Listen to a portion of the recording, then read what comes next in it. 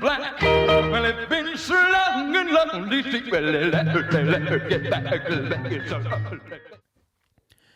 Hello, folks. I'm Al Foran, and this is my co-host, Joe McGucken. and this is The Casuals, a football podcast about football. About football. Yeah, Yeah, lads who casually watch football. And although we are both Manchester United fans, this is not a Manchester United specific podcast. It's worth saying that. Yeah. We have to just put that out there straight away.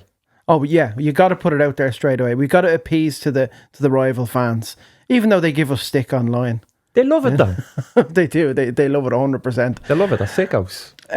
But yeah, no, I'm back in the football game, Joe. It's good to see you back. I think you were missed. I was missed. Listen, I've had many a goes at this in the past, and I think this one is gonna be tops Because me and you are best friends. Absolutely, yeah, best friends, 100%. But yeah, as we said, we're Manchester United fans. This is a football podcast about lads who casually watch the game and think they know more than some coaches and some footballers that play on the pitch. which may be true of me, but you have experience. Like, you're friends of the stars, Al. You'll be pulling in the guests if we need interviews. You'll have us on the side of the pitches. You'll be doing deep analysis, I'd say. I'll do my best on that, pal. I'll do my best. But listen, I want to start this off. Football is a thing that's been ever present in both our lives. It's probably one of the reasons why, because next week when we do the second episode, I won't have any hair. And I'll say it out straight, because I am. I've got the old crown here, partly down to supporting Manchester United over the last decade. The crown has been greatly affected due to their form. But you'll have hair again soon. Oh yeah, absolutely, yeah. Okay, yeah. Good. Yeah, keep that, using that finasteride and that lovely fancy shampoo, you know. The caffeine shampoo, the caffeine, that definitely works. I'm sticking Nescafe on my head there, trying to hide the receipt. It's not working. Where's the Nescafe? But Joe, what's your earliest memory as a football fan? What stuck out to you from an early age that made you get into the beautiful game?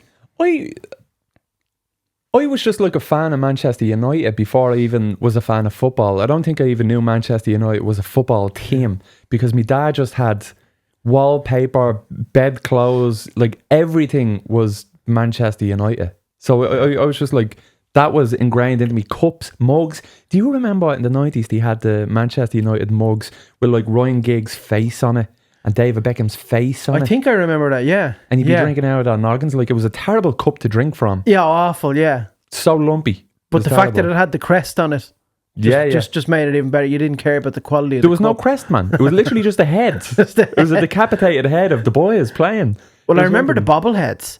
Yeah. Do you remember the Manchester United, the bobblehead toys that they used to have? No. They were big in the 90s, and you had the whole squad. I think it was like the 95, 96 squad, and you had like Cantona, Scholes. I don't know if the producer, James, do you remember them? Yeah. They were, my brother had them. Okay. So that's where I come in. My brother got me into United. Yeah. Now my family on my dad's side, they were massive United supporters, but it was more so my brother. And he, for my birthday, bought me the green and gold jersey. I had that as a 4-year-old. I had the black away jersey as well. You were protesting as a 4-year-old. You hated United as a 4-year-old. That's just look at my anti-Glazer tweets. Yeah. Oh my days. But yeah, those were my earliest memories. Cantona was probably the player that stuck out to me as well in those years. Yeah, very special time, the 90s for football. Do you have uncles? Like, did your dad have brothers who supported other teams? No. So everyone in my family supports someone different. Now I want to hear that, because that's a dynamic that I love to hear. So not my family, so my dad's family. My dad supported United and bet it into all of us. So all of us support Man United. But his brother supports Liverpool. And I think his sister supported Newcastle, and there was a Leeds supporter in there. But they all went different ways. I don't know what was going on in the 70s and the 80s, but they all must have hated each other. They must have. Did you ever ask your dad what was the dynamic like in the household? No. I mean, I just always took it for granted. I just accepted it. I was just like, okay, yeah, it's only looking back now that I'm like, imagine me and my brother and my other brother and my sister not supporting the same team. It'd be great. How the fuck does that happen? The wind-up would be unbelievable. I couldn't imagine it either. Now, we've had, like, throughout the years, I've had mates who support, rival clubs, like the Liverpool, Arsenal, who would come over to our house and watch the Super Sunday games with us. Yeah. There was a lad on our road, massive Arsenal supporter, Jer was his name, and he just used to rub it in every week. During the Wenger-Fergie years, any chance he got, if United slipped up and Arsenal were moving up the table, he'd give it to us.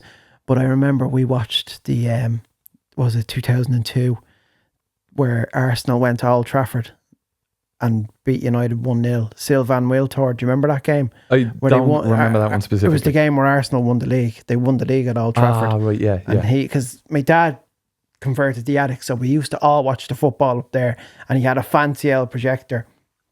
And everyone would come over. 2002? Yeah. Nice. Oh, my dad's a gadget man. Yeah.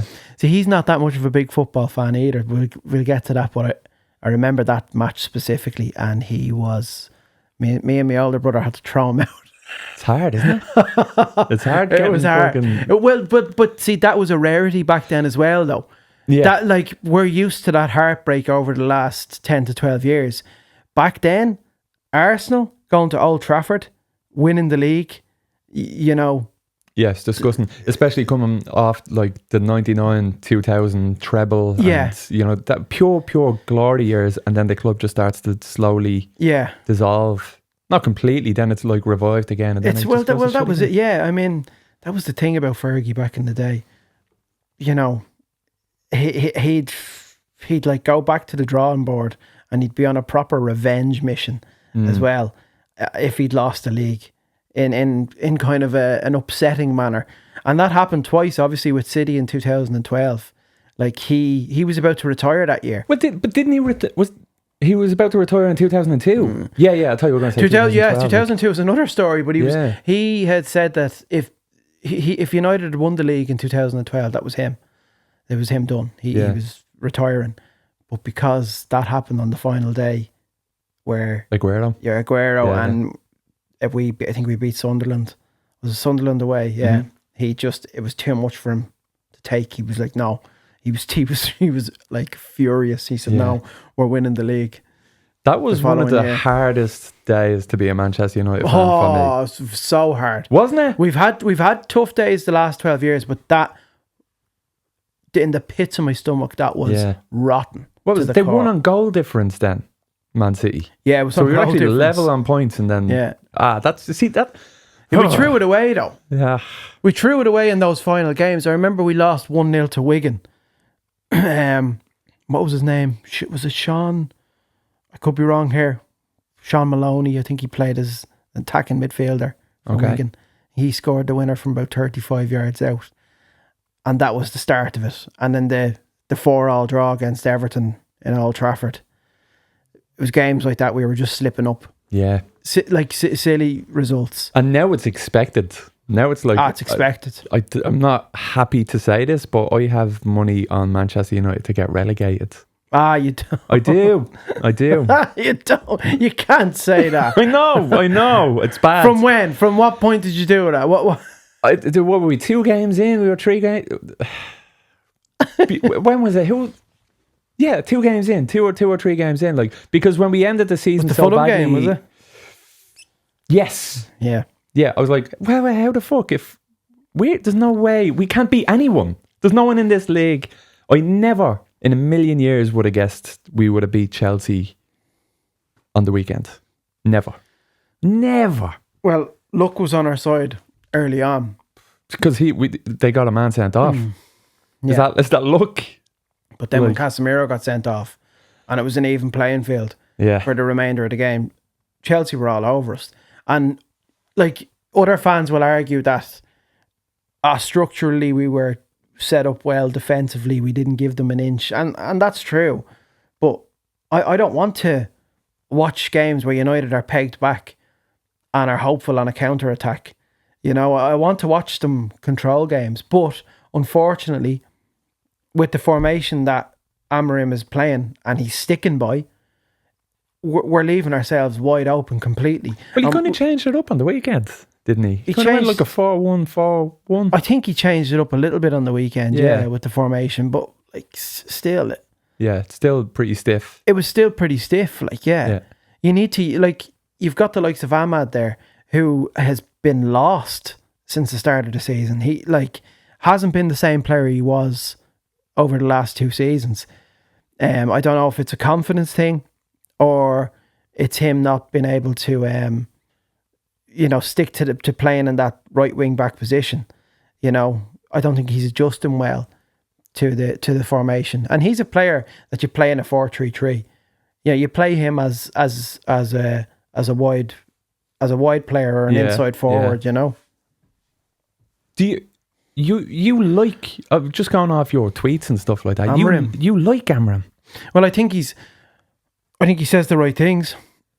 I think I've come to notice the last couple of weeks he says the correct things in a sense where he's been interviewed and he gives off this charismatic vibe and it kind of sucks you in a little bit.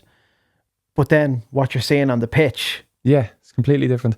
But also, when we lost 3-0 to Man City, he was so casual about it and as if it wasn't a big deal. Like his comment about the fans are suffering, but believe me, I'm suffering more than the fans.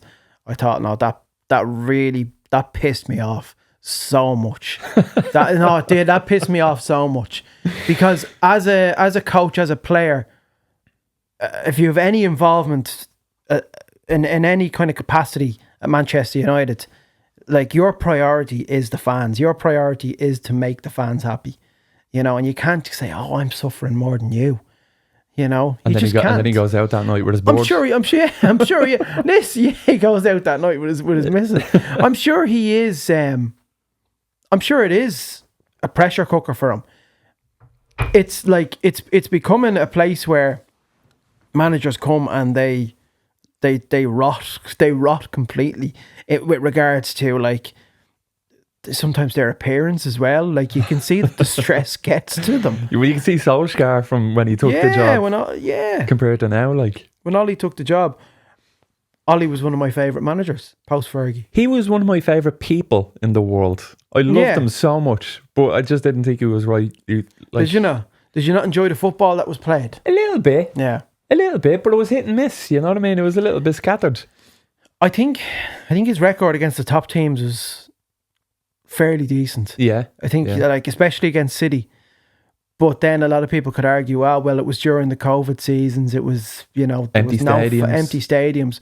But I think the biggest downfall for Ollie was bringing in Ronaldo. And it wasn't Ronaldo's fault. When they brought in Ronaldo, if you remember that year, we finished 6th. The year before that, we finished in 2nd place. Yes, he got 24 goals in all competitions. But the issue with a player like Ronaldo, at his age, the team have to kind of change up the tactics have to change. Everything revolves around Ronaldo.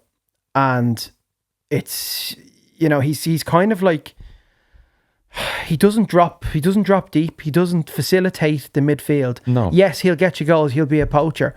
But everything breaks down outside of Ronaldo getting goals in the team. If that makes any sense. Yeah. You know, it's the same with Portugal. I don't think a striker. I mean, obviously, I think a striker. I think every player should get back when they lose the ball. But that was the thing. If he's playing up there, he was up there by himself. Yeah. He was up there. I don't think it was true no fault of his own. And I know the Ronaldo fans say, but it's Ronaldo. Ronaldo's going to get you goals. Like if you finish in 20th, if you're a Derby or if you're a Burnley or if you're in a team in a relegation zone, Ronaldo's still going to get you 20 plus goals a season. Yeah. But it's not going to make a difference. Do you know what I mean? Do you not think so? Do you not think he's exactly what Manchester United is missing right now? Like a goal scorer, a fucking hunter, a head hunter. Yeah, but you want a forward you want a younger forward. Like Sesko? You want a younger Ronaldo. Yeah, I think Sesko's a good player. I do think he's a good player, and I think people have been very harsh on him. I think technically he's a great player. The knock on for Mbeumo the other day, where Sanchez got sent off, that's exactly what you want, because Højlund was doing none of that. And I know Højlund has just scored for Napoli, but Højlund's hold-up play, it was non-existent. Did Højlund score for Napoli? Yeah, he scored for Napoli. But listen, but it's a different league, you know. Yeah. It's an easier league, yeah. It is an easier. It's easy, slower, man. it's easier. It's open. Yeah. Like, it's made for scoring goals. Like, it's made for a striker. Yeah, there's a massive reduction in intensity in that league. Massively so. I do think one of the biggest mistakes was us selling McTominay. I loved him, yeah. I thought McTominay was a quality player. Yeah. For us. You know, I thought he did all the right things. He got you goals as well. He was a proper goal scorer and midfielder that we had. But he was the same as Harry Maguire. Remember there was a moment in time where they were talking about selling him to Aston Villa, I think it was, the two of them. I think it was West Ham. Was it West Ham? It was I knew West it was Ham. like a claret and blue. But the fucking... they turned it on then. They switched it on. Didn't they? Yeah, they did. For Ten Hag, in Ten Hag's second season, Maguire was fantastic. And McTominay, was like, I think he was our top goal scorer. He was from midfield. But he stopped playing in that position where he was playing as a holding midfielder with Fred. You know, essentially the two number sixes. He stopped playing in that position. I think he played more as an advanced midfielder. He was playing as a number 10 essentially. I'm afraid that people might get scared of this podcast if we talk too much about Manchester United. So I'd like to just... You're right. I'd like to make it a little bit more personal. Did you play football when you were... I did, yeah. Did you? Yeah. Where'd you play? I don't know why I sounded so shocked at that. Did you fuck? I played for Portmarnock Football Club. I was terrible. I was a good street footballer though. I used to play I used to play on my road all the time, on the volley, red ass, all those games, you know. I used to love that. Yeah. World Cup. Well, on the green, but on the road it was the best. Yeah. On the tarmac. On the tarmac. Nothing like a fucking game of football on some tarmac. The 2002 World Cup, that was a great memory for me, playing football until half 10 at night. Yeah. Still bright. Yes. You know, pretending to be Brazilian Ronaldo. Ronaldo with the real fringe. Ronaldo, by the way. Ah, come on now. He's the real can't be Ronaldo. saying that. Unbelievable player. If it wasn't for injuries, I'm not lying, he'd be one of the best players ever. If it wasn't for injuries, and if he had access to like the sports science that's available to so many athletes nowadays, and if his head was screwed on as well because he liked to party. Yeah. Honestly, I thought when you started that, I thought you were going to say, if it wasn't for the cocaine. Yeah. No, honestly, he'd be one of the best players ever. Just, he was scary. You look at him, like when he was at Barcelona, he was 18 years old, 47 goals in all competitions that year. Just a beast of a player, like at such a young age. Like we talk about Haaland and how Haaland was frighteningly good at 18, 19. This guy had everything in his locker. Yeah. Like he had... How old is Haaland now? Haaland is 24 now. He's a machine. So much to give, doesn't he? He has so much to give. I'm very excited to watch him. Do you have kids? Yeah. Do you feel sorry for them that they'll never experience an Ireland in a World Cup or European Championship or anything like that? Yeah, I do. Or do you think they will see that? Well, no. Well, I look at it from the point of view now, like the women's team are getting, and rightfully so, are getting a lot of attention. And, you know, the women's team are decent enough. So I think it was 2023, the Women's World Cup was on. Yeah, but did they go to the semis or something? They got far into it, didn't they? They got far into it, and my little one was mad for Katie McCabe. She was loving her. Yeah. Like she was going out into the green with me and pretending to be Katie McCabe, taking free kicks from, you know, set pieces and stuff like that. So like, I do have hope.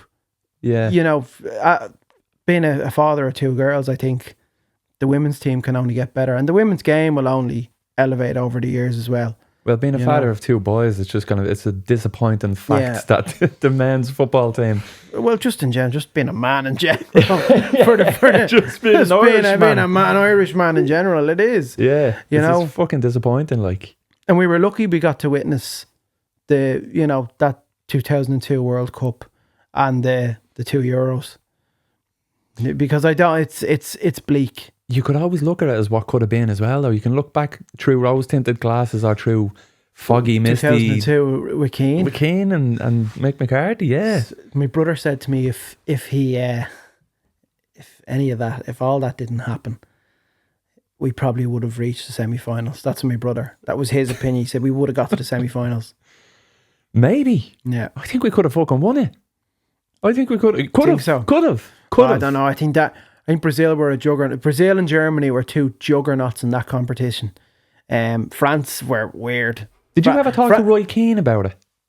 No. Did you ever talk to Roy Keane? No, never. You team me up now, Joe. Jesus. What the fuck happened, Keane? Or what's going on? I have a funny story, actually. When I did that gig, the overlap gig 2 years ago, I was in a rush because I had a gig with the FAI after. So I got that gig, like, I had 3 hours notice in the overlap in the Three Arena. Yeah, I was the last minute replacement. Jesus. In that gig. And I was, shitting myself. I'd say so, yeah. Shit, and I had to quickly put a script together. And it went so well. I was delighted with it. I was like, oh my God, I can't believe it. I was very emotional after it because I was like, I never pictured myself performing in the Three Arena. Never thought it would happen. Yeah. And the fact that it only came to my knowledge like 3 hours before I'm on stage in front of 10,000 people was crazy. But I was in the dressing room anyway with Roy, Gary and Jamie Carragher. And I was sick because I wanted to stay on, but I had that gig for the FAI and I was kind of consulting with them and I said, listen, I'm after getting this gig with the overlap. It's at this particular time. And they were like, no problem at all. So the overlap gig was at about 7:30. Oh, did it literally overlap with the overlap? Yeah. Ah. There you go. And the FAI gig was down the road in the, what's the name of the building, the fancy building? The convention centre, like? Past the convention centre. Liberty Hall? No, not Liberty Hall, in between that. Anyway, it's nice. The Custom House? I forget the name of the bit, but they were having a meal there of the Irish team. Okay. But I remember saying to Roy, I said, I'd love to stay on. I'd love to watch us, but I have a gig with the FAI. I was, all right. Yeah, they're probably paying you well, aren't they? It was just the way he said it. They're probably paying you decent money, are they? It's just his reaction. And they did the FAI down. They paid good money. I'd say so, yeah. I'd say so. But it was just his kind of his view of the FAI. Yeah. Love it. Jesus. But yeah, no, going back to 2002, yeah, my brother firmly believed semi-finals. You think we would have won it? Yeah, I think we could have got further than the semis. Like, I would have thought, yeah. Just Roy Keane was such a powerhouse then. Yeah, he was, wasn't he? Really was. Like, he was a player that could just turn a match on any game on its head. A leader, a proper influence, like. Sometimes, like, especially with international football, that's really all it takes is like one key fucking powerhouse of a player to pull the whole team together. Like, I don't think, obviously football teams need a manager, but to some extent, I think the managing goes on the pitch. Like, I think the boys... Oh, 100%. Do you know what I mean? He was, like, relied on as pretty much a second manager to Fergie. Yeah. Like, he'd give the players a bollocking. Like, Fergie sometimes would be he'd go into autopilot mode because, like, Keane would do a lot of the dirty work for him. Yeah. With regards to, like, players getting disciplined. He was that much of a leader, that much of an influence, in the dressing room. But, like, just talking about him from a general standpoint, I don't think he gets enough credit as an actual footballer. I think people focus too much on Roy Keane, the man, the personality. They don't focus on how brilliant of a footballer he was in the 90s. They fucking do. Everyone knows Roy Keane was amazing, no? No, they do. Maybe I'm talking about it from a view of, the Premier League, like the English, how they viewed him. Yeah. How people over in England viewed Roy Keane. Like us, we know how talented he was as a player, but I think people over in England seem to overlook that. Do they? I think so. I'll go over and have a word. I think they with them. focus on the personality too much. They focus on the tackles, the Haaland challenge. Like, they focus on stuff like that. Yeah. You know, that he was a bad boy of football, when in actual fact, like, ball at his feet, he was a baller, a proper player, like, you know. And you look at Rodri now, like, I think Rodri is the best midfielder in that position in the Premier League since Roy Keane. I don't think anyone has been as good as Roy Keane since Casemiro.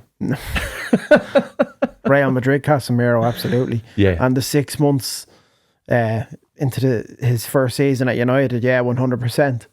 Casemiro was a machine, but Casemiro had the luxury, and you could argue Modric and Kroos had the luxury of having Casemiro behind them, but he had those two players in front of him, and they, like Modric. I know him. Oh, it's just... Is that... What were they called? The Galacticos? Is that what they were? They were, yeah, the Galacticos. Like, you could... I don't know... Is that Zidane? Was Zidane playing? The Zidane Ancelotti midfield kind of. They were the midfield for Madrid for a good decade. But I think, is it a controversial shout to say that midfield, that Real Madrid midfield, was better than the midfield three of Busquets, Xavi and Iniesta? In Barcelona, like? Yeah. It was neck and neck. I mean, season after season. It was. Like, they it were was neck and neck. You could argue it was neck and neck. I think technically, though, that Barca midfield might have been a little bit better. Xavi and Iniesta, just watching the two of them in midfield. Busquets. It was like a painting. Lovely. All of it. Busquets was class. During that time period, I thought it was hard to follow the La Liga. Like, you could rarely get it on Sky Sports. Am I misremembering that? No, I think you could. I think Channel 4 had like a highlights package that you could watch on a No, Wednesday. it was definitely on Sky. It was because I remember I remember watching Barca beat Real. Was a 5-1.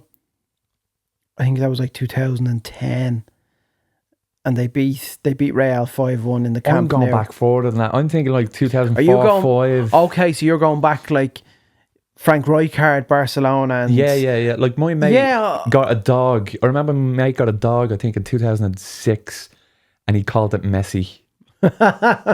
Was it around that time that he came to Barcelona? No? I think they started showing La Liga around 2002, 2003. Reason being is I think Madrid had signed Beckham. That time. Yeah. And they started showing all the games. Yeah.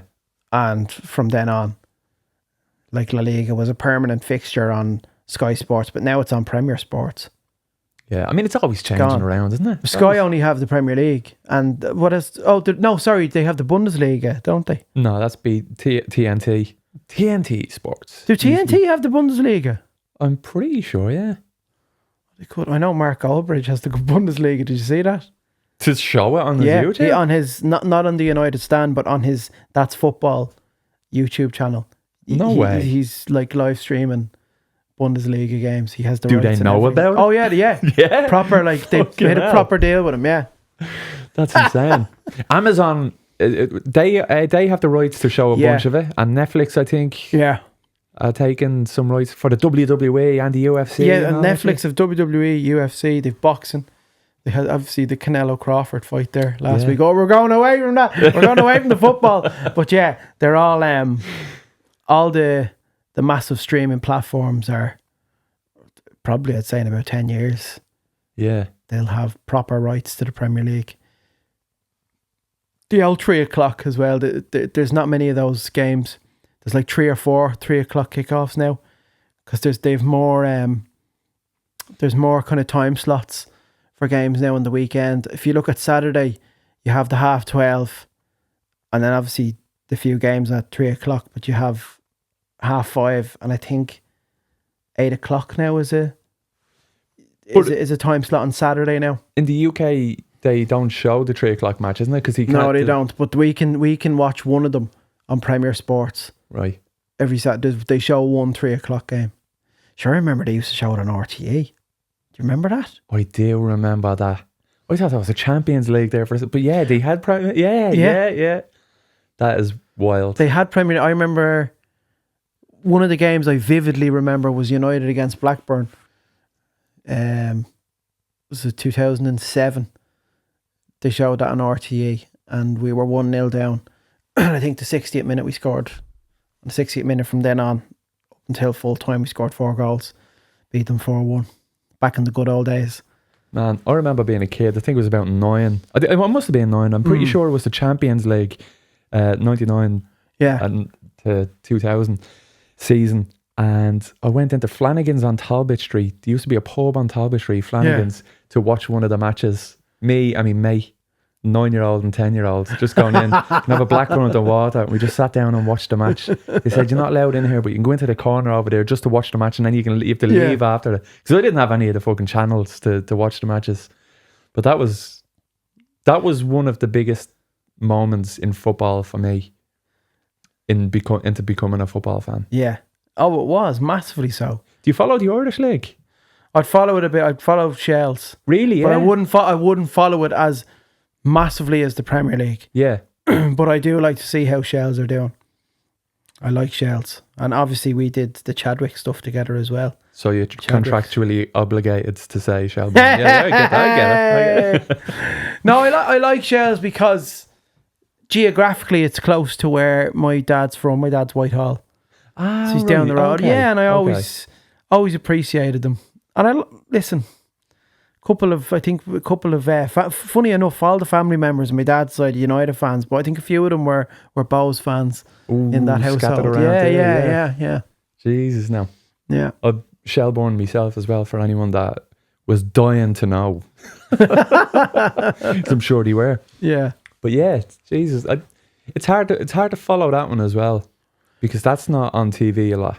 You have to get it on the LOI TV. The LOI TV. Am I right in saying TG Cahir? No, sometimes RTA will show it. Sometimes Virgin will show it. I thought they had I thought TG Cahir had a deal with them as well, but not to ship. Maybe one game a week or something like that. Yeah, maybe. I could be 100% wrong in saying that. Yeah. But yeah, no, it's shocking. It is shocking the lack of attention. Yeah. It got a lot more when Damien Duff became manager for Shelbourne. a huge amount. Yeah. You know, That was great for the league. Really good for the league. it was good for the league because he was a character. Yeah. Funnily enough, we did a couple of shows. We had an events show that we did with Andy Cole and Harry Redknapp. But I remember Andy Cole telling us a few years ago that he couldn't believe seeing Duff as a manager. He was like, I couldn't believe it. So I loved playing with him, and he was such a lovely lad, but he was the quietest lad in the dressing room. There wasn't a peep out of him. Now I'm seeing him, he's giving it to the press.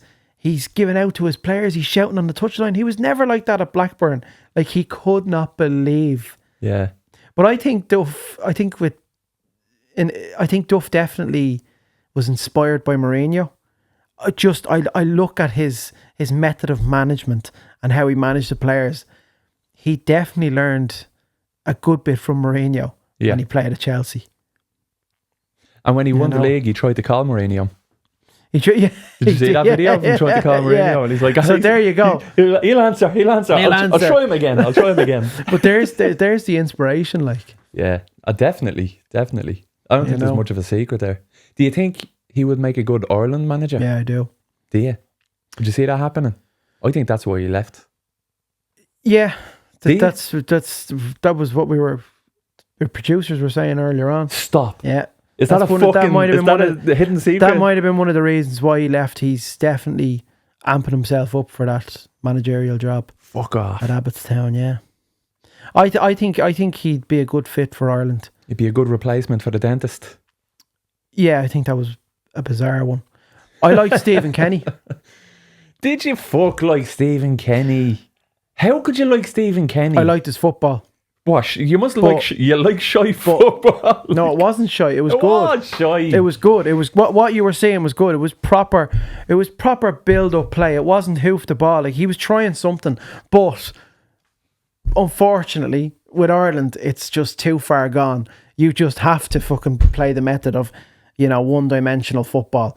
We'll never get to a point where we can play fluid football like Croatia, who also have a country of a 3.5 million population. We can't play that kind of football.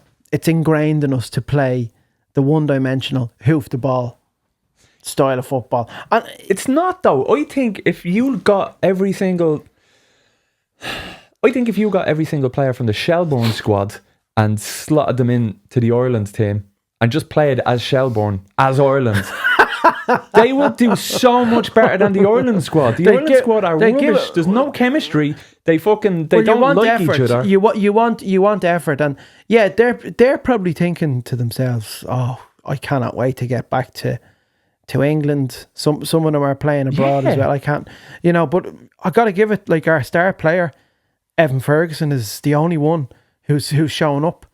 He's showing up for Roma and he's showing up for Ireland. He's getting goals, and he's a talent. I was going to use him as an example of, like, do you not think the FAI are just like, we need to get in these, like, obviously Rome is a massive big team and he is a good player, he's a great player, but like, they're just getting these big players with great CVs, but they don't fit the system. Do you not think there's a little bit of that going on? Even like the back four, they're all over the shop. Yeah, and there's like a combined, between the four of them, there's a combined, what's it, over 100 million? Yeah. It's worth the back four in Ireland. And they're losing to, who was it? Latvia? Fucking Lithuania? Yeah.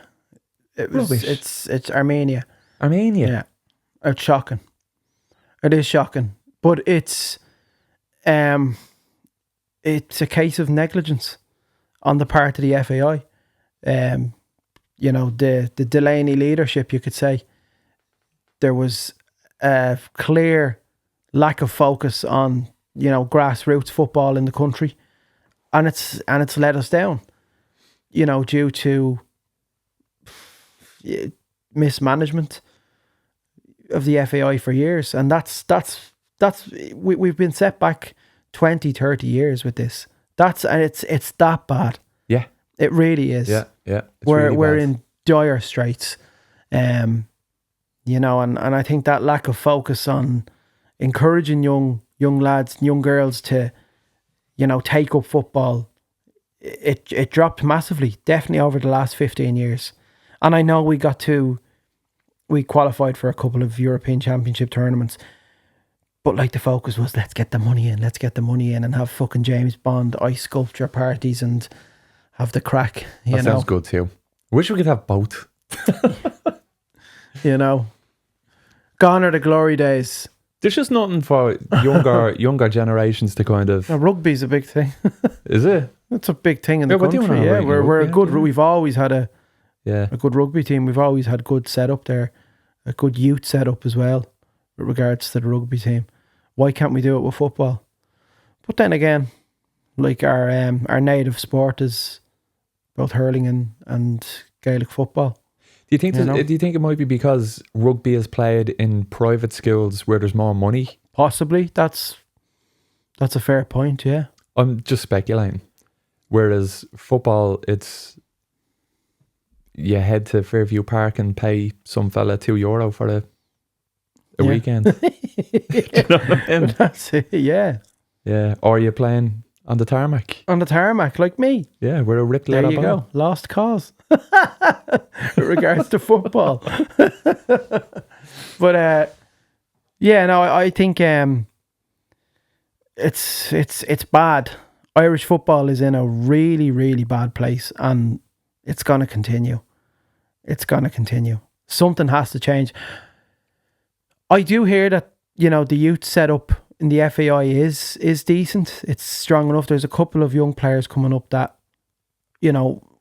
will kind of guide us potentially, to in the future. But I just think the damage has been done. I used to already. babysit Troy Parrott. And yeah, there's a player there. He used to babysit him. Yeah. I'm hoping he's going to do it for us. How was he going to bed? Would he Just be up all night. I'll be up all night. We're Would just he? doing keepy uppies He's with just us. keepy up. He's kicking the ball at the wall. Was he? You go to fucking bed. But he could be good. He didn't play against Armenia, but like He's a talented player. Yeah, he's made. He is a talented player. He has something to him. Obviously, there's the conundrum of who do you play, him or Evan Ferguson. But you could look at playing both of them. You know what I mean? Yeah, that'd be class. Yeah, that'd be exciting. It would be exciting. And you look at their physical frames as well. Evan's a big lad. Troy's kind of a little smaller. He could play as a facilitating kind of forward as well, kind of a Robbie Keane, Berbatov link up in a way. But you see, the managers won't think of that. The managers will think in a one-dimensional way. You should do your badges, man. Ever think you're doing your badges? Well, no, it's like sacrilege now to play 4-4-2. What big teams, both international and at club level, play the formation of 4-4-2 anymore, Joe? It's fucking England. No, they're 4-3-3, are they? Oh, it's either 4-3-3. They're all playing the 3-5-2, 3-4-3. I think the only team that do it in Europe, the only top team in Europe that do it, are Atletico Madrid. And they're not doing too well, are they? At the minute, they're doing okay. I mean, they finish in the top 4 in the league every year, and they might get to a quarter final in the Champions League. It's mental that Simeone's still there. Did you see that last week with the fan? No, what happened? Apparently one of his coaching staff spat at one of the Liverpool fans. Fuck off. Yeah, and it led to a fracas. It did. It led to a mini riot. Jesus. At the dugout, yeah. Jesus Christ. Well, it would. Would you take Diego Simeone at Manchester United? Here we go. Here we go, Joe. Who do you want? It's a big question. I'd take him. Would you? 100%, yeah. It just needs to be someone aggressive. Do you think? Scary. Are you done with Amorim? I was done last season. Were you? 100%. I couldn't believe that he's seen out the season. And I could not believe that he survived the summer. And I can't believe that he's still there now. Do you not think... I gave him the benefit of the doubt last season because he arrived in November. He had to deal with the squad. He had to pretty much deal with the squad that he had. You had players like Rashford, Garnacho, who were... world class. Behavioural problem. Yeah, behavioural. It's your job as a manager to sort that out. And if you can't sort that out, then you're not a good manager. Yeah, but look at Rashford. He got dropped for Barcelona because he was late to training. After Rashford scoring 2 goals. Done well on the weekend, didn't he? Yeah, he scored 2 goals against Newcastle midweek in the Champions League. Oh, brilliant. Rashford's back. Then he shows up late to training on the weekend and Hansi Flick drops him. See, that's the issue here. You're dealing with petulant brats who are earning like astronomical amounts of money that they do not deserve, that do not fit their performances. So this is what he had to deal with. He came in and he's had to deal with mismanagement of the Ed Woodward and John Murtaugh regime, where you're signing a player like Jadon Sancho, right, and giving him 350 grand a week. Like, what the fuck? It's fucking insane. Stupid, man. Yeah, it's insane. I gave him the benefit of the doubt last season. I was very iffy about the formation. I was looking at it thinking, this just doesn't, from a personnel point of view, it doesn't work. And I'm going to get into the details of it because I think everyone was crying out for a goalkeeper. We need a goalkeeper. We need a goalkeeper who commands his area. I get that point completely. But are people not seeing how we're being carved apart in the middle by teams in the Premier League? We're so easy to play against. Why couldn't we have brought in a midfielder? A midfielder who can carry the ball, who can resist the press. A midfielder who's just has a bit more technical nous about them compared to the likes of Bruno and Casemiro. Because Bruno's not a player that you play as. You don't play him as a deep lying midfielder. Yeah, he shouldn't be. Yeah, he's a player that plays as a number 10, but he does too much. That's the problem with Bruno. He does too much. He gets too excited. He's far too hesitant with his passes. He's an unbelievable player, but he doesn't kind of stop. While he's on the pitch, he doesn't stop and think and take time. He doesn't assess what's in front of him. He just rushes things far too much. That's my issue with Bruno. And I think when you're playing him and Casemiro as that midfield pairing, you're gonna get carved apart. He's too emotional as well. Yeah, he is. Who did he had that penalty and he was holding the ball and he's walking back and he bumped into the referee. Yeah, and then he against fucking Fulham. had a I fit. thought it was silly. Listen, whatever puts you off. At the time, it was probably frustrating for him, but he went on about it at the end of the game. I was like, shut up, it happened. You know, but I do appreciate Bruno Fernandes though. His output has been phenomenal. Yeah. Since he's arrived. But my brother-in-law thinks we should sell him, and not due to performances. He thinks it's with Bruno, we have a similar situation to when we had Ronaldo in the team, where the team are far too dependent on one individual being the core of the team. And and that's fine. Man City, like the core of their team was Kevin De Bruyne for years. But Kevin De Bruyne is technically one of the best players in the last 20 years. He's unbelievable. Bruno Fernandes, he's not technically there alongside the likes of Kevin De Bruyne. He's not Kevin De Bruyne, no. He's not. Who was the core of Man United's team before Bruno Fernandes came in for the good part of a decade? Rashford? No. Before, like, say from 2005 to 2017, it would have been Rooney. Rooney was the core of Man United's team. Like, they depended on, like, because Rooney, he was a forward, yes, but Rooney could play anywhere. He could play as a number 10, an attacking midfielder. He could play on the wing in European games. He could play as a winger, and obviously he played up front. He did everything. But Rooney was technically an unbelievable player. A player who actually took time on the ball to pick out the perfect pass. Like, you know, the pass to Van Persie, the volley against Aston Villa is a prime example of that. That this is a player who's like dropped so deep to play that ball. Like, unbelievable. Yeah. Whereas I think with Bruno Fernandes, we're dependent too much on him, and he's doing too much himself. Whereas he's not kind of including the other players. But that's a trust thing as well. Like, you know what I mean? There's far too much trust. Van Persie or anyone close. Like, who's he have? Like, who's his support coming? Like, and that's a valid argument. Like, imagine Bruno Fernandes in Real Madrid. Like, there's so much. You have so much support, and he doesn't have any support at Man United. Like, I think he'd do well. I think he'd do well at Madrid. Did you ever play with like shy players, and they were in good positions, and you'd still be like, "I'll hang on to it myself." That's it. Yeah, it might be a case of trust. Yeah. Definitely with Garnacho. Like, Garnacho was just frustrating at times. Bags of ability, ton of potential, but you couldn't trust him because he was so selfish. You know, I think what United need is a midfielder that can just do the quiet stuff really well, and it in a sense it goes unnoticed. We haven't had a player like that, a midfielder like that since Michael Carrick. Michael Carrick is what I was going to say. Yeah, I swear I was going to. We have not had. Yeah, I was. Yeah, he was like a quality player. Yeah, City have it with Rodri.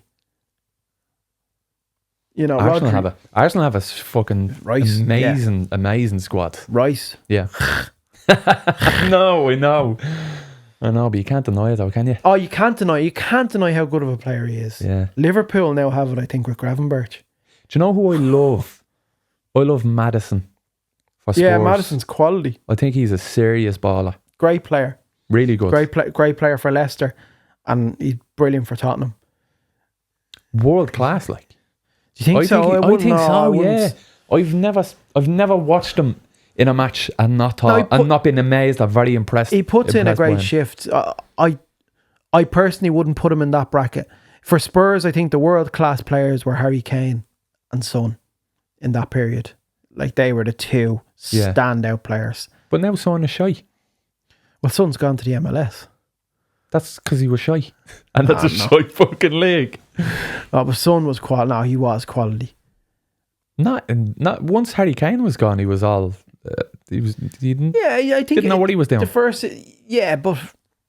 I just think, no, he was unreal for Spurs. Like, he just... His numbers were fantastic. Yeah. And he came in at a relatively cheap price as well. You know? And he was just lovely. He was a lovely lad. Wasn't he just lovely? Yeah, he was very emotional. Yeah. He'd have the odd cry on the pitch. He cared When he got sent off, he used to cry. He got sent off. See that? Yeah. Cheers. What's that meme? Cheers. Son's crying now. Hope you're happy with yourself. See what you've done. Oh. But brilliant player. But on Harry Kane, actually, who have you got as favourites for the Champions League this year? Because I always look at Bayern Munich every year. I know. And I'm like, they fall short every time. You talk about leagues and the quality of leagues. Bayern Munich are a really good side in a really shit league. Oh, the Bundesliga. Like a soup, it's just a cakewalk for them. Yeah, it's too fucking easy. It's like not even a competition. Well, Leverkusen made it interesting with Xavi Alonso. What they did was the last season or the season before. That was outrageous. Yeah, they won every game. They won every game. They went unbeaten. They did in Arsenal. They were the Bundesliga invincibles. But they had the likes of Wirtz, Frimpong, who are now at Liverpool. Those two players. Xhaka, Xhaka's at Sunderland, isn't he? Is he? Granit Xhaka's gone to Sunderland. Jesus. Yeah. And he was like quality for them that year. But it was Xavi Alonso who was managing them. Yeah. And they went unbeaten that year. So they made it interesting. And did he come in late in the season prior? Like halfway through the season prior or something like that? I think he came in January 2023. Because he was in the mix for another job. He's the Real Madrid manager now. He's the Real Madrid manager now? He's the Real Madrid coach now. And I genuinely think Madrid... They're the ones for the Champions League. You look at them, yeah. But I like the look of Bayern this year because I think Olise, who played for Crystal Palace, last year, he was one of the best players in Europe last year. How did Liverpool do on midweek, like for the Champions League last week? Did they win? 3-2 against Atletico? Against Atletico Madrid, yeah. They were 2-0 down. No, there was a few teams. Benfica was 2-0 down. Benfica, yeah. Jose's the new manager of Benfica. Benfica were 2-0 up and then they lost 3-2. Yeah. Fucking Egypts. Yeah, Liverpool, I think. I say Liverpool could be a show. Yeah. And everybody's talking about Liverpool. Oh, they're scraping wins. They're doing this. It's only a matter of time before, the dam breaks. Yeah, and they start losing games. I honestly don't think that's the case with Liverpool. I think they'll find a switch and they'll just push on and they'll find their rhythm and they'll go back to beating teams 3-4-0 on average every week in Anfield. I know their wins have been very tight. Like against that Newcastle, they got the last minute winner. Atletico last minute winner.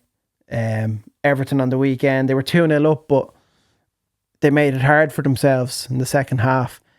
I just think was that the 95th minute winner? That was Van Dijk. Fucking, but they're the scrappy matches that you have to win. I know it's usually at the end of the fucking season and not the start of it. People are saying, "Oh no, there's only a matter of time before they start losing games." It's not. That they will find a proper rhythm. Yeah, and but they have a proper rhythm. They'll easily be putting teams away. Yeah, yeah. I think Wirtz has been. Yeah, he's been kind of. He hasn't been the best for them really. This could 120 million price tag. he's a bit lost. I think the intensity of the Premier League is too much for him. You know? For Liverpool, for him in Liverpool. Yeah. You see, like, hefty price tag, young enough player, one of the best players in the Bundesliga.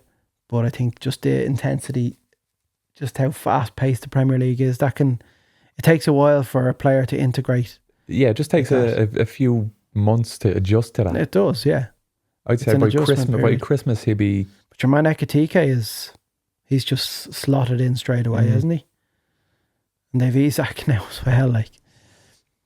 That's a squad, isn't it? It's a squad. And I think when I was watching Transfer Deadline Day and I heard the news that they had agreed terms with Gahey off Crystal Palace, Mark Gahey, I thought, oh, that's it, game over. They're winning the quadruple. But obviously your man, Oliver Glasner, the Palace manager, threatened to walk. He threatened the board. He said, no, I'm walking. If you go ahead with this deal and sell Mark Gahey, I'm walking. And so they didn't. They cut the deal completely. No way. Yeah. I didn't see that. Well, Jesus. yeah, like that's your club captain.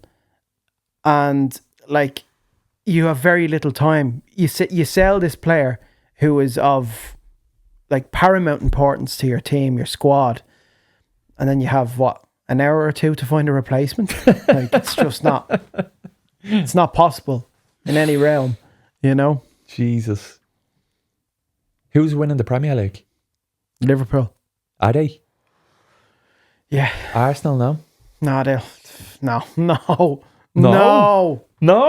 Because they're butlers, like. They're butlers. They are butlers. Every fucking year, man. I thought, like, they brought in Gyökeres and yeah, he's been okay, but he's not showing up in the big games. Arsenal, there's just I actually can't wrap my head around it. I can't figure out a way how they can like notch it up a level and run away with a league, but they just don't do themselves any favours. They slip up at the wrong moments. Like it's just the same thing every year. I thought start the last season, I thought, no, this is the year they do it.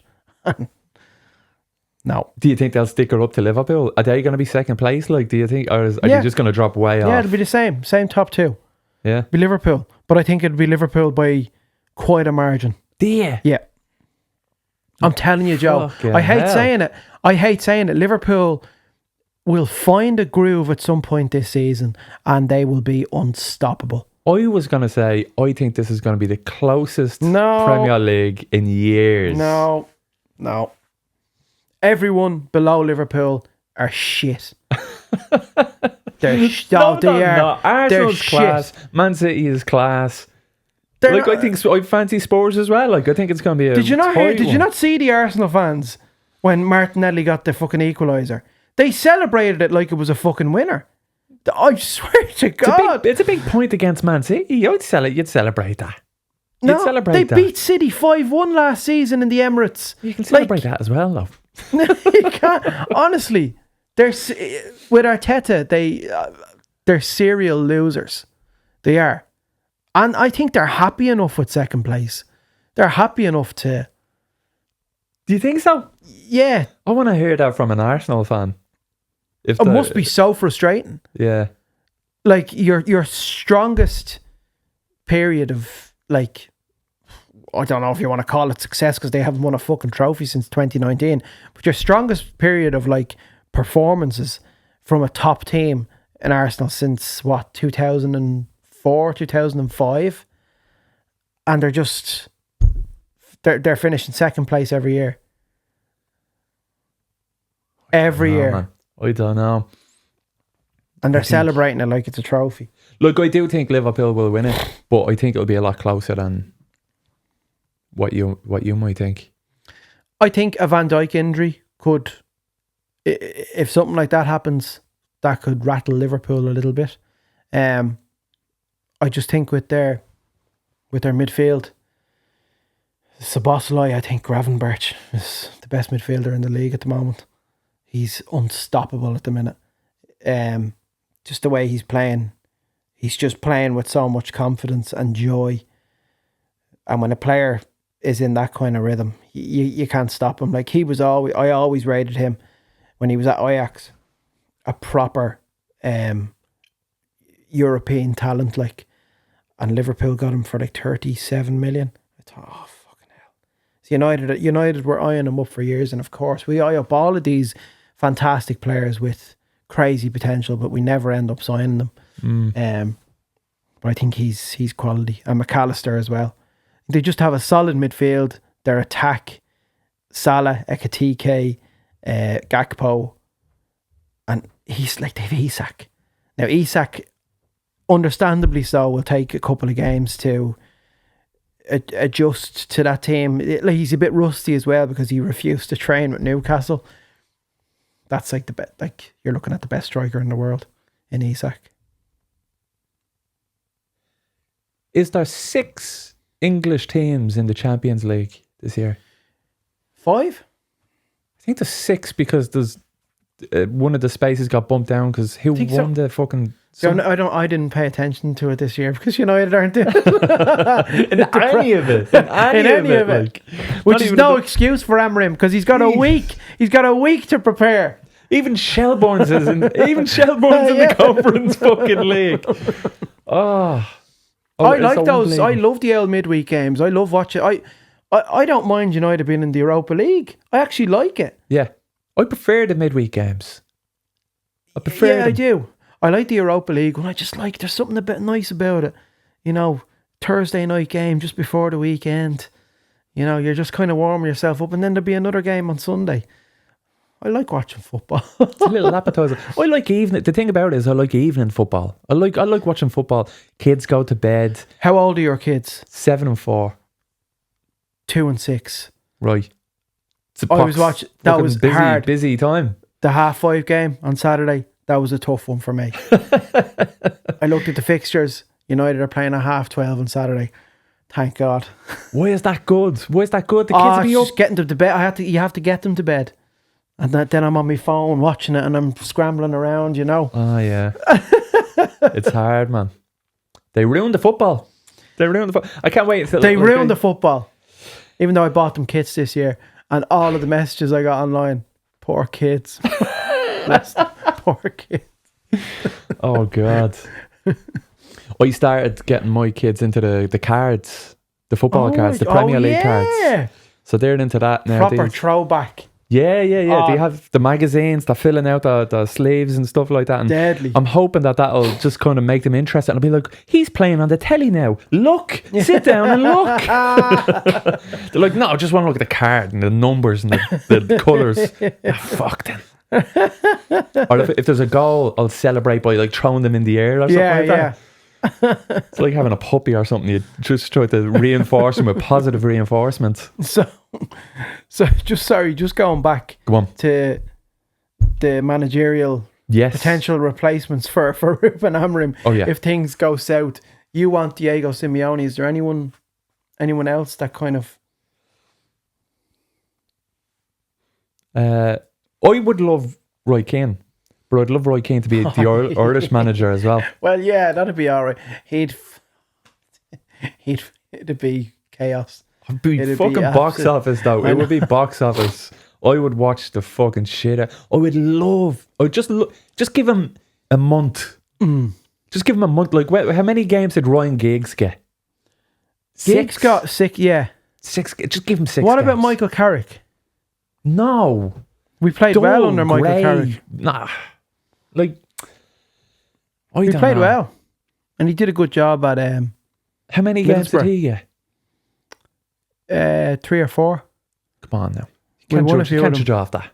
We had a decent run with him. I think.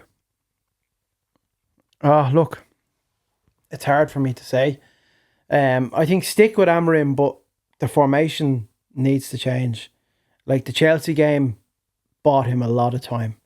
But I was not convinced when it went to 10v10 after Casemiro got sent off. If you're 2-0 up against 10 men, that should be... I should have switched off the telly at that point because it should have been in the bag. Yeah. But you know that they're going to fucking slip up.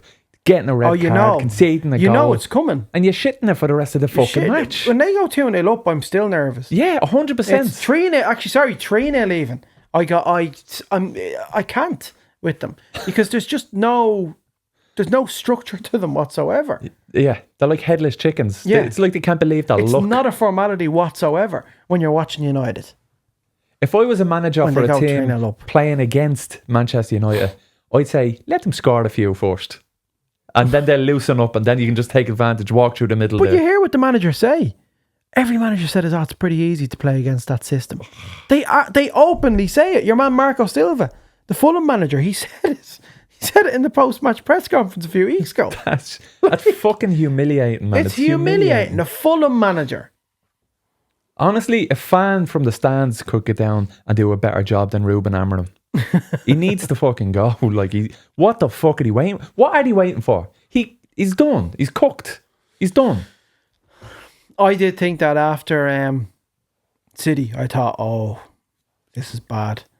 But I think it's just a case of they're trying to break the cycle. Fucking break. But the problem is, Joe, we could be here where in a couple of weeks and a new manager comes in and we're all excited, and then 6 months later we're back here and we're fucking moaning about that manager. And you're saying the fan from the stands can do a better job than that fucking manager who we got excited about 6 months ago. This is the problem with United. I never got excited by Ruben Amorim. Did you not? No, I didn't get excited. Who did you? After Ten Hag was sacked, who did you want? I want Thomas Frank was the manager who I thought would have been a good show. Yeah, and he'd Spurs. still be a good show. He'd still like fucking. And I don't know, like he wasn't even in my. I wasn't even aware of Ruben Amorim. I was because he was a prime target for Liverpool. Was he Lisbon, the manager of Lisbon in Portugal? No. I just think if you're getting someone from a bleeding Portuguese league. Oh, now hang on, Joe. Hang on. Where did Jose Mourinho come from? Come on. Exceptional. But he won the to Champions La Liga and stuff. He's done big stuff. Yeah, but he came to Chelsea after winning the Champions League as well. There you go. There you go. Yeah. The pinnacle of his career he went to Chelsea in. But then again as well, Arne Slot. A Feyenoord. That was I think now that was a great squad he went into. It was. Like Klopp left behind an amazing squad. And that's the difference between United and Liverpool. The structure at that club, especially during the Klopp years, just completely polished. Perfect. Yeah. Pristine. What he did, like Slot just integrated in there. He slot in seamlessly. Yeah. No pun intended. Like 100% intended. There you go. But he did. And yeah. The environment there is, you can see it's just so healthy. They have a really good they've a really good board. They've good owners that like look out for what's best for the club. I think the only mishap they had was the Super League a few years ago. But your man John Henry went on camera and apologised to the fans. Whereas United, it's been pure fucking negligence since Fergie left. Well, when Fergie left, he left a donkey cart of a team. Like the team was falling apart. Was aging out. Look how much he got out of that team, though. Yeah, in the prime, like no, they won. Anderson and Cleverley in midfield. We had Anderson and Cleverley playing most of the games that year in midfield, and we won the league by about 10, 12 points. That's how good he was. But what it was I just... Jesus, mad when you say that. It's mental, isn't it? Yeah.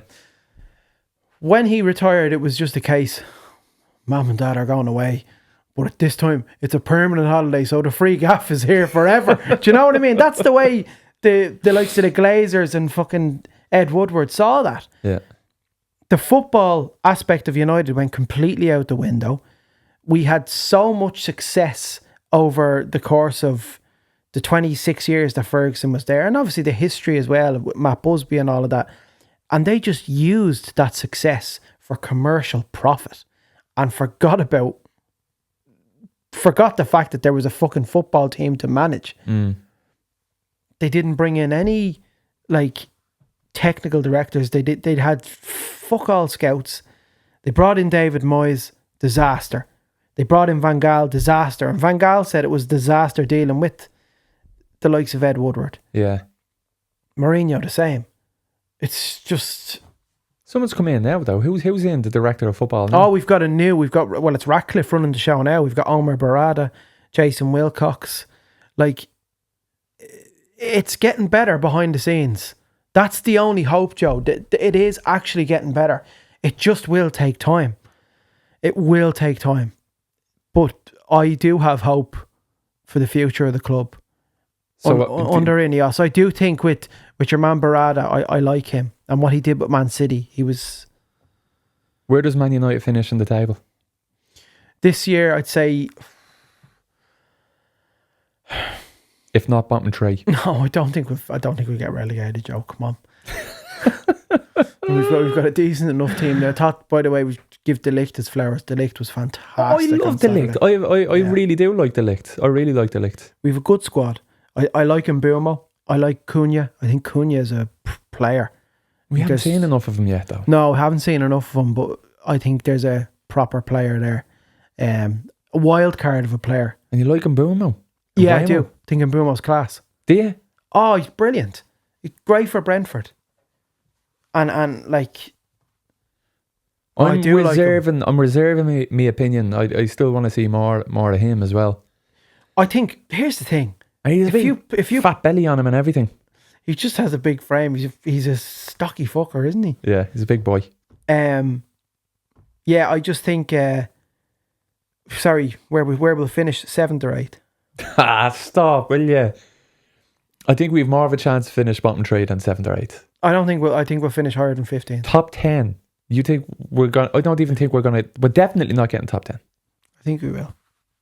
Like who are we going to be in the out of the top 10? Like. We just beat Chelsea. Fluky. Fluke that one. That's an exception. A 10-man Chelsea for the most of it. You know, in stats in the Premier League, we have the most shots and most chances created. I'm not kidding you. I'm not joking you. The stat came up today. Shots off target. Over the bar. I was waiting. Count it. Count it. Al wants the stats. The only stats I cared about are fucking goals and the back of the bleeding net. There's not enough of them. No, but I think Seshko will come good. I think he's a good player. A lot better than Hoyland. You know? Yeah. He's technically very good. He's very tall. Hold up play is good. Handsome. Just good looking lad, yeah. Just needs a bit. Some players just need a bit of time. And the goalkeeper we don't know too much of, but we'll see what he can do. Yeah, I think a goalkeeper's a goalkeeper. Can't be too bleeding bad. As long as they're not flapping at the fucking yoke like Onana. Onana was a disaster. It's nice to see him gone, isn't it? I'm going to let you take over the whole Onana stuff there. Go on, Joe. It's so nice. It's nice to see the back of him, man. Fucking lovely. How much stress did Onana put you under, Joe? A lot. I lost a bit on the top here now because of Onana. You did.